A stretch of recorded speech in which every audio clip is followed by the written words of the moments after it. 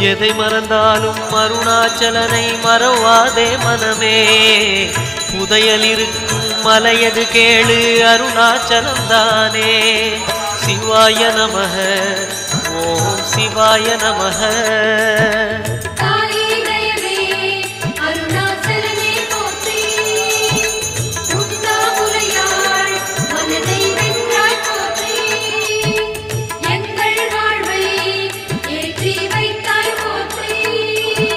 சிவாய நமக ஓம் சிவாய நமக. சிவாய நமக ஓம் சிவாய நமக.